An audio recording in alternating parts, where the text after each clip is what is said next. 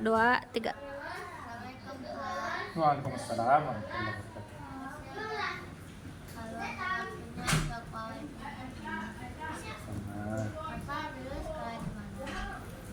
Papa dulu sekolah itu kan pindah-pindah karena opa itu kan pegawai negeri. Zaman dulu pegawai negeri itu dia pindah-pindah. Nah, papa TK-nya di Solo di TK Pertiwi nih. Habis TK pas waktu papa masih SD, opa itu pindah ke Bukit Tinggi. Nah, pas waktu pindah ke Bukit Tinggi, bentar ya. Bentar. Nah, pas waktu papa SD itu pindah ke Bukit Tinggi, ikut opa dinas di Bukit Tinggi. Nah, sampai papa kelas 3 SD. Di kelas 4 SD-nya opa pindah lagi ke Kota Padang. Jadi papa pindah di SD 33. Nah, itu dekat sekolah, dekat kantornya opa. Jadi papa itu pergi dari sini rumah opa ini sampai ke daerah pasar itu. Kita jam kalau naik mobil berangkat terus. SMP papa masuk pesantren, SMA sambung di pesantren lagi, pesantren kita. Habis itu kuliahnya di UNAN Fakultas Hukum, terus S2-nya di Notariat Hukum UNAN ya. Itu sekolahnya. Terus cita-cita Bapak Nah, waktu SD itu sebenarnya belum ada pikir cita-cita. Cita-cita itu baru serius itu waktu SMA lah lebih kurang. Karena dari perjalanan kan papa ikut opa terus tuh pergi kantor kan. Nah di perjalanan itu opa sering cerita gimana pegawai negeri itu bekerja, gimana bagusnya. Jadi opa tuh kayak mensupport untuk mengambil jalur swasta, jalur bisnis. Karena opa merasa ketika dia di pegawai negeri itu nggak banyak duitnya, makanya dia ingin anaknya lebih banyak duitnya di swasta, di bisnis, sehingga mengarahkan ke sana. Jadi secara tidak sadar itu masuk ke pikiran bapak.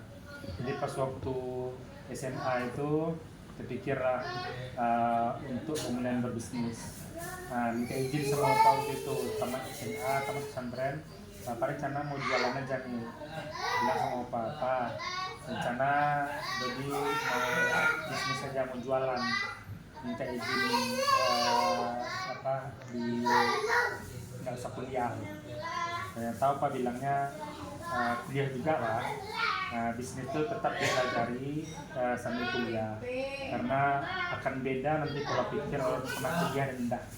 Orang bisa aja sukses berbisnis tanpa kuliah, tapi akan lebih padi istilahnya kalau bilang, akan lebih susah meraih kesuksesan itu tanpa kuliah, karena pelajaran hidup itu lebih pedih didapatkan dibandingkan pelajaran di sekolah atau kuliah.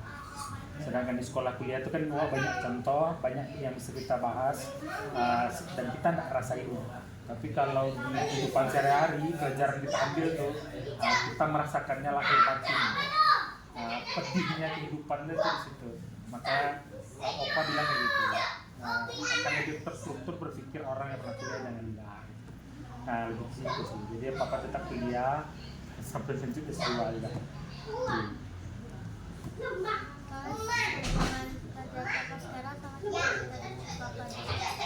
Kalau cita-citanya karena bisnis kan, alhamdulillah sekarang papa yang bisnis, papa buka toko, alhamdulillah juga ketemu sama mama yang dia hobi bisnis juga.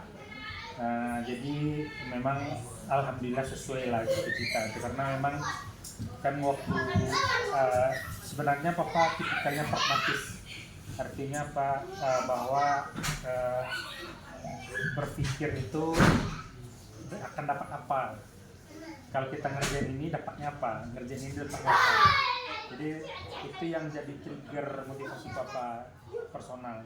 Misalnya nih, waktu dulu awal-awal beribadah itu kan, kalau ibadah ini apa sih dapatnya? Jadi papa sering baca pahala sama ancamannya apa. Itu yang memotivasi untuk beribadah. Walaupun kemudian itu kan pelan-pelan berubah, tapi itu jadi trigger utama. Nah, makanya kalau di pekerjaan nih, Papa berpikirnya gini, apa sih kerjaan, ngapain sih kita kerja? Kerja itu kan untuk dapat duit. Nah, untuk dapat duit di mana sih yang paling gampang dapat duit?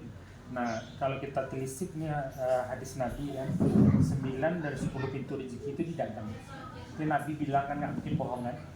Nah, berarti 90% duit itu akan diperoleh oleh orang yang berdagang. 10% akan diperoleh oleh orang yang tidak berdagang, di luar dagang. Artinya orang kerja, orang yang mengabdi sama negara, orang-orang yang dibayar, akan berebut di 10% ini.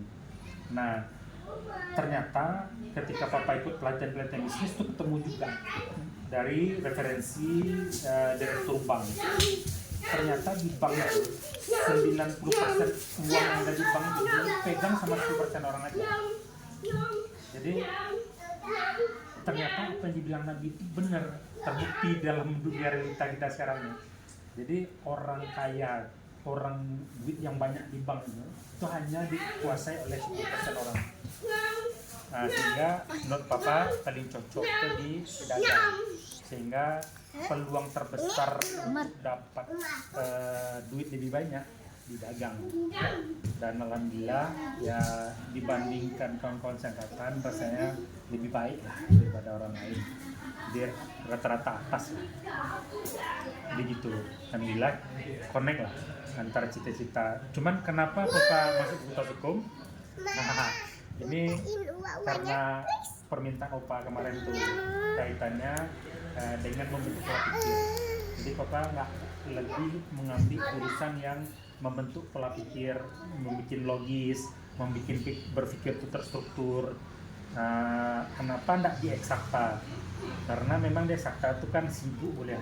Jadi tidak banyak bisa kesempatan untuk mempelajari hal lain di luar bidang kuliahnya.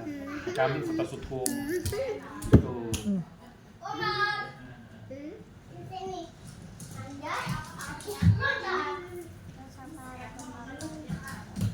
Nah, Papa sebenarnya hati ini kan fase-fase awal untuk proses membentuk pola pikir. Papa berharap Fatimah tuh serius dalam belajar.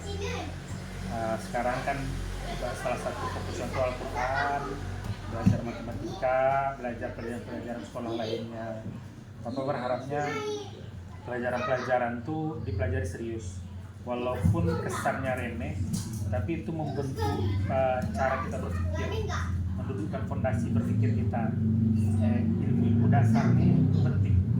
Jadi menurut Papa sekarang harapan Papa terakhir mulailah lebih serius dalam memahami pelajaran-pelajaran itu, sehingga ke depan ketika tim lebih dewasa lagi itu tidak tanggung menghadapi dunia, karena tidak ada nih pola pikir yang betul untuk menghadapi masa depan. Terus yang kedua, Papa berharap Fatimah menjaga akhlaknya, karena Papa tidak terlalu penting pelajarannya nilai tinggi, juara, tapi paling penting itu akhlaknya mulia, terus pola pikirnya benar. Nah, itu yang paling penting. Itu harapan terbesar Papa. Sama-sama ayam, insya Allah.